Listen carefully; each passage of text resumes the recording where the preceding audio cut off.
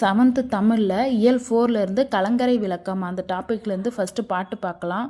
வானம் ஊன்றிய மதலை போல ஏணி சாத்திய ஏற்றருஞ்சென்னி விண்பொற நிவந்து வேயா மாடத்து இரவில் மாட்டிய இலங்குச்சுடர் நெகிழி உறவுநீர் அழுவத்து ஓடுகளம் கரையும் துறை.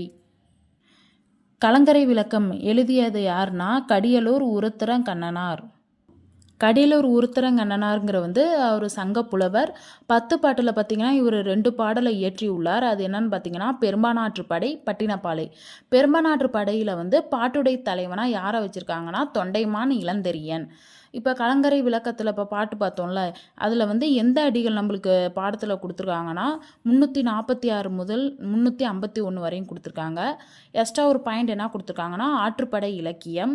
வள்ளல் ஒருவனிடம் பரிசு பெற்று திரும்பும் புலவர் பார்த்தீங்கன்னா பாணர் போன்றவங்கள்ட்ட அந்த வள்ளல்கிட்ட போய் நீங்கள் பரிசு பெற பிறருக்கு வழிகாட்டுவதாக பாடுவது தான் என்னென்னா ஆற்றுப்படை இலக்கியம் அப்படின்னு இங்கே சொல்கிறாங்க. இந்த சேனல் டிஎன்பிசி ரிலேட்டடாக இங்கே போட்டுக்கிட்டு இருக்கோம்.